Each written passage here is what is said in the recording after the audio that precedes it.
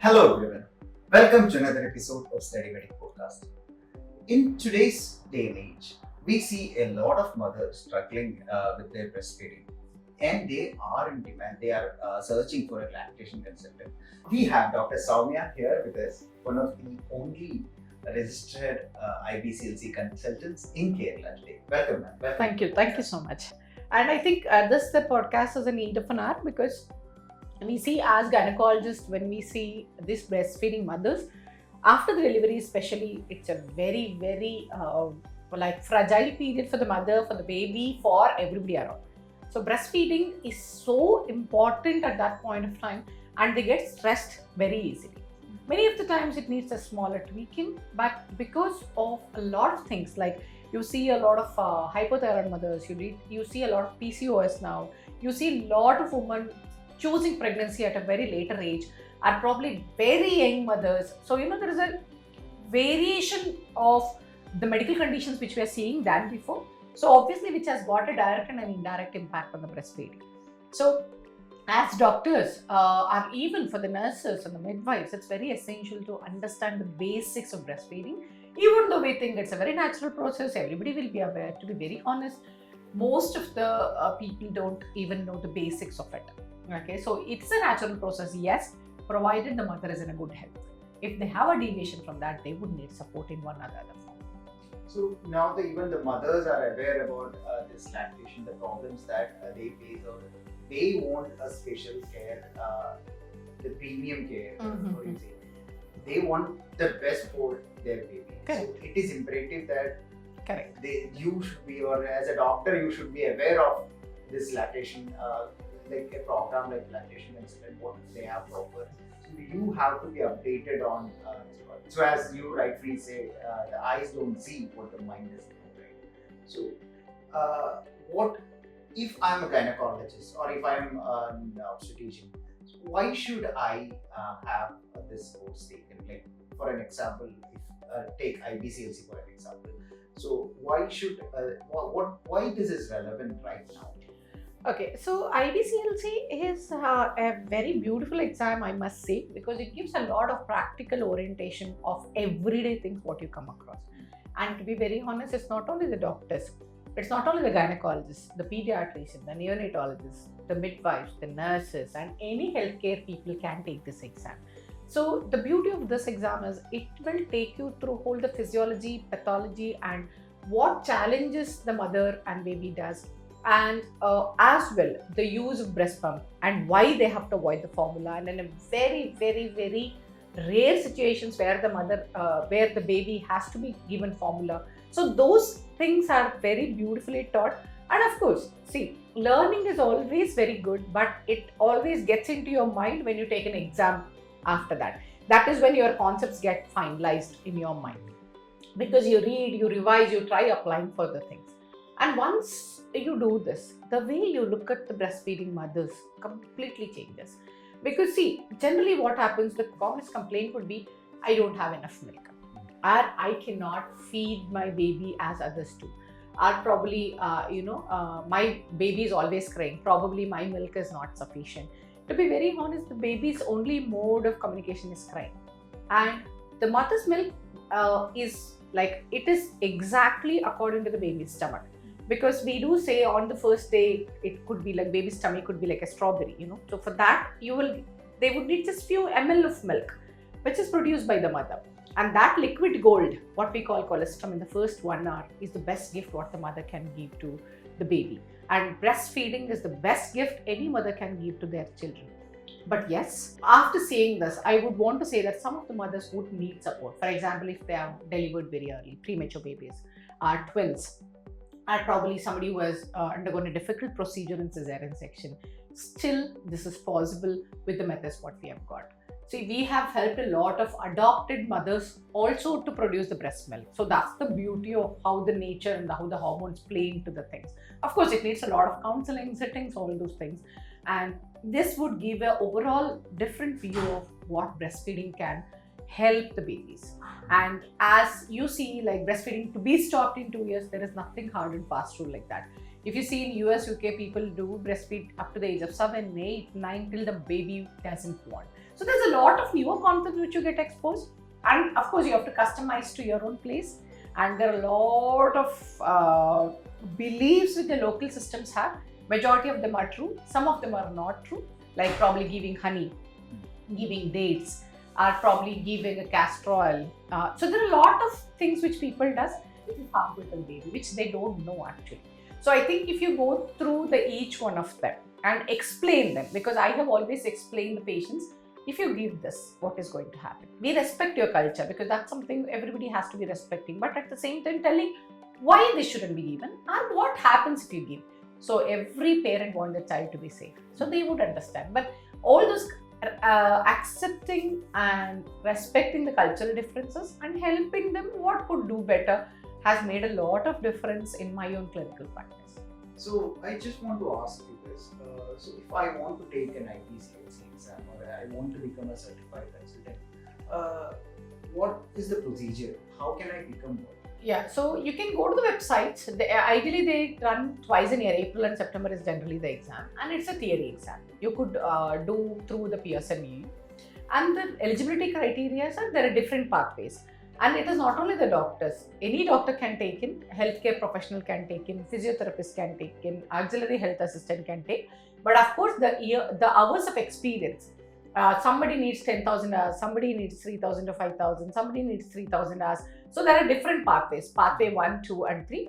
Based on the pathway you fit in, you are supposed to be submitting your application and getting registered.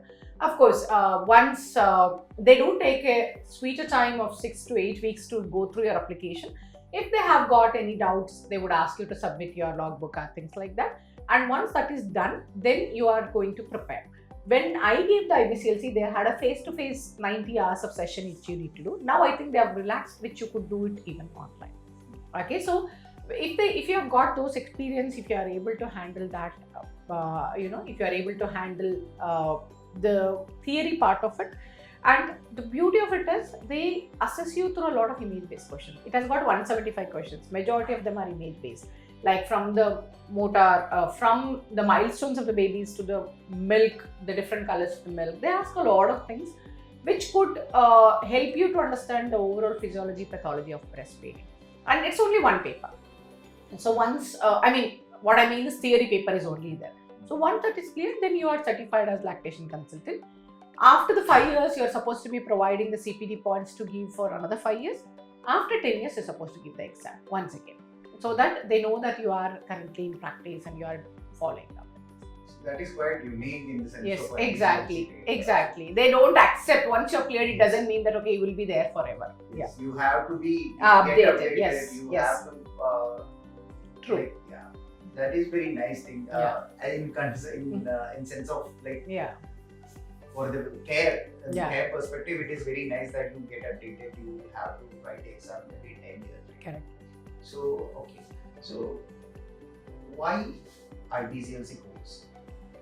As a mentor for IBCLC, so this is not a very glamorous course like MRs, but it is one of the most important courses, I would say. Yes. So, what made you come into this IBCLC? Like, there is not a lot of people who are giving this mentorship as well, right? Exactly. See, there are a lot of courses in US, I must say, and because there is apart from lactation consultant, there is lactation counselor. In overseas, it has got a lot of opportunities, work opportunities. The reason why I took this was to make sure that the women who come to me, they get a holistic care. Because the more you know about it, you can advise them better from day one of their pregnancy. It is not that, see, they are more receptive time then. Rather than after the delivery, if you push them so many things, already they are dealing with their own lot of things, lack of sleep and, the guilt and whether they would be able to become the mothers, best mothers, all these things are running in their mind. At that time, you can't push anything new. But from the day one, the pregnancy test is positive. If you start doing antenatal care classes, include the importance of breastfeeding, what to be done, what can be avoided, and what actually helps and what they shouldn't be doing. If you start from there as a couple counseling, I have seen that the breastfeeding success rate is always 100%. And when I was working in Dubai, I have seen the lactation consultant units, there is a lot of things which we do in lactation counseling clinics, where it usually takes 1.5 to 2 hours for the counseling part of it for women who are struggling. Because use of breast pump, okay, for working mothers, how to make them, how to freeze this breast milk, which one they have to take it out first, and how much they can pump in. So there are a lot of supplements in the market like moringa, and you would have seen a lot of ads. Some of them work, some of them don't work, but the best thing which works is for the breastfeeding is always the baby suckling. The smaller physiological things. And to be very honest, there is at the point of time when the milk gets down and the baby is crying, the whole family is in stress. They want the baby to be quiet. So, because they can't see the little one crying. So with all the good intentions, they start off the formula. Once the baby gets the formula, then it is like having a biryani every other day. So the baby is happy, the parents are happy, but by the end of the day, when you look into the long-term effects, the baby cannot digest. It is like if you are giving high fatty food every day, how we are able to do, and they are the miniatures of us, right? So there are a lot of things, the obesity, the asthma. So there are a lot of health consequences which comes out later in life. So probably that the good intention of making sure that the baby gets quiet and it is relaxed, the whole of the family starts working on the formula and it never stops. So many times we have to sit with the whole of our family to counsel what it is, and it is a slow process. You have to follow up them, you have to counsel, you have to give them that energy that, it can be done, you could be a good mother. So, so you have to, especially women, you have to repeatedly tell them that they are really capable of doing, and they are in that most vulnerable period. But once you do that, then they would never stop the breastfeeding. So that is the best thing as a lactation consultant I've always seen. Once the mother comes back and says, wow, this worked for me. So you are giving help to the future generations. It's not only that, and the satisfaction what the mother gets through that is really awesome. And when you look into the working mothers, so it's the guilt of a working mother is too much because she has to balance everything. And she can't be actually pumping all the time. So how to balance that pumping versus feeding and managing the other things.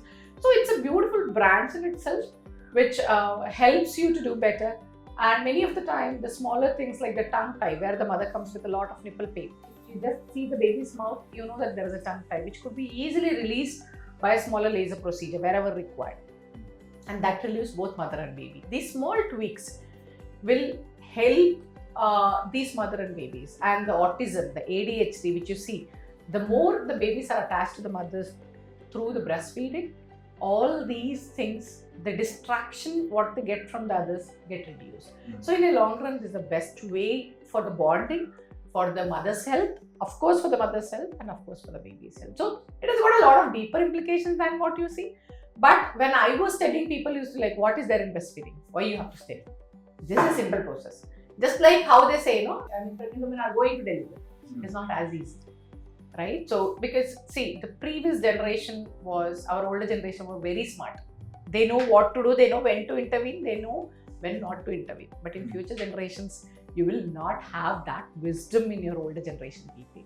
So, I think it's for a holistic clinical perspective as a doctor, as a nurse, or as a midwife, whatever, it's always a good idea to develop this skill so that you can counsel wherever required. I'm not telling everybody needs this, but people who they need very badly.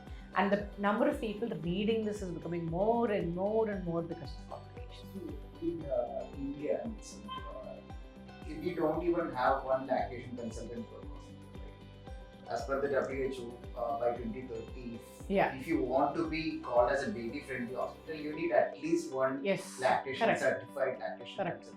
But I think there is a shortage of this lactation consultant, and that when you come to a prestigious course like IBCLC, then there is definitely a shortage of supply as well. So, and you say this IBCLC, I don't think it's an easy exam to pass because since the pass rate is also very low.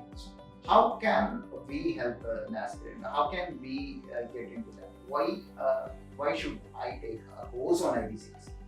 See, basically it is a lack of awareness because apart from whatever the holistic things which I was trying to tell, you have a better career opportunities. You are paid higher for lactation consultation as such. And also, this exam, I do agree it is not a very easy exam, but it is a doable exam. If you sit and study, if you know what right resources, if you have practice the right questions, it's a very doable one. Because these exams are a little expensive, so you need to prepare when you decide you are going to take this exam. Get into the proper resources. We have started off our IBCLC where we have got all the curriculum charted, and you have got all the audiovisual format from the podcast to the videos to the summaries to the flashcards to the questions, which will help you to do better. Okay, so once you prepare, revise, understand the concept, then it is easier. And after clearing these exams, actually during the preparation of the exams, if you start counseling them and if you start helping them to latch the babies better, if you observe how you could make a change, and of course if you could work with any of the lactation consultants, the things would be very easy. And I think it's not only for the gynecologists, even for the pediatricians. There are a lot of good pediatricians who have been who are trying to promote this, because natural is always the best. So not only from the clinical aspects and the evidence-based, you get a better opportunities, you get a better pay, you get, of course, as you mentioned, if it is a baby-friendly hospital initiative, in future it is going to be difficult. So if you are looking for a better job perspective, you have to start. Thank you, ma'am. Thank you for clearing this IBCLC exams, procedures, and why should someone take IBCLC.